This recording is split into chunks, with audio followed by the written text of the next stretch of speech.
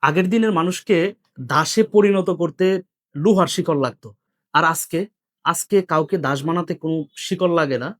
শুধুমাত্র mainstream media আর প্রচুর অর্থকড়িই যথেষ্ট।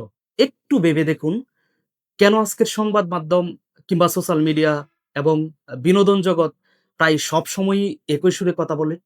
কেন নির্দিষ্ট কিছু অশুভ অভ্যাস ও শৃঙ্খল জীবনযাপনকে স্মার্টনেস বা আধুনিকতা হিসেবে প্রচার করা হয়? এর পেছনে আসলে কারণটা কি? এর পেছনে রয়েছে এক বিশাল অর্থনীতি। কারণ একজন ধর্মহীন, নীতিহীন এবং ভোগবাদী মানুষকে ম্যানিপুলেট করা বা নিয়ন্ত্রণ করা সবচেয়ে বেশি সহজ।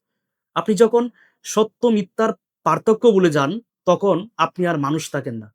আপনি কেবল একজন ক্রেতা বা কনজিউমার হয়ে যান। আপনার বিশ্বাস, আপনার আবেগ আর আপনার দুর্বলতাকে পুঁজি করে একদল ক্ষমতাধর এলিট শ্রেণী নিজেদের এজেন্ডা বাস্তবায়ন করে চলেছে। তারা চায় আপনি আপনার সৃষ্টিকর্তাকে ভুলে যান। কারণ তারা খুব ভালো করেই জানে একজন বিশ্বাসী মানুষ যার আত্মা সৃষ্টিকর্তার সাথে যুক্ত, তাকে কখনোই কারো গোলাম বানানো যায় না। তাকে কখনোই কেনা যায় না। চোখ খুলুন। দেখুন আপনার চারপাশে সাজানো এই মিথ্যের সাম্রাজ্য। প্লিজ নিজের মগজকে অন্যের হাতে তুলে দিবেন না।